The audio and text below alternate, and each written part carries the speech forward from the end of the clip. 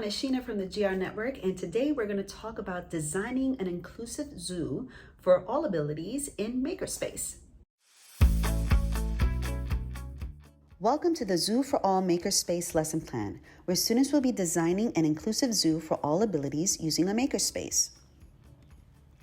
In this presentation, we will be looking at what it means to have a maker's mindset, using design thinking to create an inclusive zoo detailed in a lesson plan, and a reflection of the benefits and challenges of having a makerspace set up in your school or classroom. What does it mean to have a maker's mindset? According to John Spencer, when kids embrace a maker mindset, they learn to think divergently and solve problems by connecting seemingly disconnected ideas. They learn to take creative risks and try new things. They learn to embrace iterative thinking as they move through the creative process. In the process, they experience failure and develop a growth mindset. A makerspace does not need to be expensive or fancy, but it does need to be a place where creativity can run free. A makerspace encourages creativity, supports hands-on learning, enhances collaboration, fosters entrepreneurship, supports STEAM education, builds self-confidence and a growth mindset, develops a wide range of 21st century skills, exposes students to new opportunities, and creates real-world application for classroom concepts. So let's get into this lesson. This STEM lesson was designed for kindergarten students. The lesson is divided into 4 45-minute class periods to allow for students to become immersed in the work and goals they have set for themselves.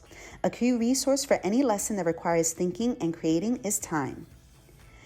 As you know, zoos are a fun and educational destination for families and children, but unfortunately, not all children can fully enjoy the experience due to visual, auditory, and motor impairments. That is where this Makerspace lesson objectives comes in. Kindergarten students will use the design thinking process to create a zoo that is accessible and engaging for all children.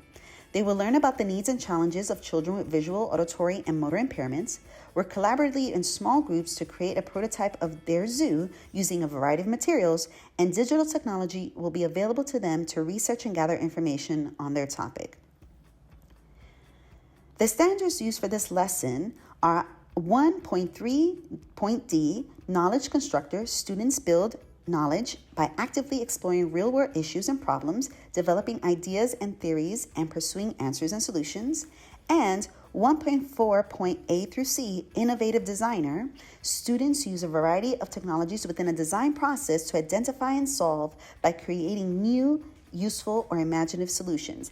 And these are part of the SD standards. A maker not only needs space to work on their creations, they need stuff. This list of materials are just the tip of the iceberg on what can be found in a makerspace. Remember, just like Spencer said, you don't need to have a 3D printer in your makerspace to call it a makerspace. What you need is a keen eye to see how you can take anything and recycle or upcycle it to fit your vision. During Lesson 1, we can begin the design thinking process by focusing on empathy, defining a problem, and ideating or brainstorming. Introduce the students to the topic by asking them what they know about zoos and the animals they may find in them. Afterwards, discuss what needs and challenges children with different abilities may face. Explain that their task is to design a zoo that all children can enjoy. This is the time to show examples of accessible facilities as well as tools those with visual, auditory, or motor impairments may use. Afterwards, divide the students into small groups and have each group select a different animal to focus on. Ask each group to brainstorm ideas on how they can make their animal exhibit accessible and engaging for children with different abilities. Kindergarten students may have a bit of trouble understanding the concept of empathy. Here are 2 simple animations that show inclusion. It is also another way to differentiate their learning and understanding. On the next day, Lesson 2 can be introduced. Here, students review ideas from the previous day and focus on 1 or 2. The students are now able to access the materials in the makerspace and begin building prototypes. Remember to walk around and offer guidance and resources for their research. On the 3rd day, Lesson 3 will introduce the design thinking process. Unknown to them, they have already started this process by brainstorming and creating prototypes. But here they are going to refine their ideas and creations based on the 5 steps of the design thinking process. On the 4th day, Lesson 4 asks students to do final revisions and prototypes. The students should be given the time to present their ideas to their community, explaining how their exhibit is accessible and engaging for all students. How will students be assessed? A skill that should be developed while working in a makerspace is collaboration.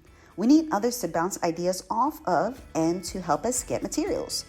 Because of this, students will be assessed on their ability to work collaboratively in a small group, use the design thinking process to create an accessible and engaging zoo exhibit, and effectively communicate their ideas to their classmates.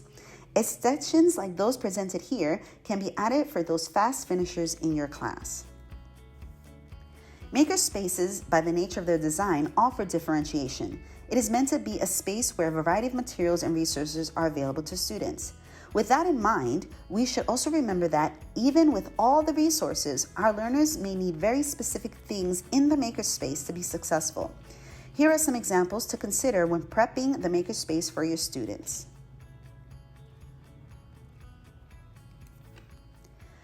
The Makerspace provides an ideal learning environment for students to experiment, prototype, and test their ideas in a hands-on, experimental manner. By working collaboratively in small groups, students are able to develop their communication and teamwork skills while also learning about empathy and inclusivity. Through the process of designing and prototyping an inclusive zoo exhibit, students learn about the specific needs and challenges faced by children with visual, auditory, and motor impairments.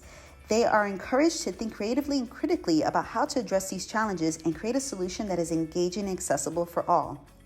One thing to keep in mind is that students need extended time to work in a makerspace, as well as suitable resources. This may not always be available, but let's give it our best shot.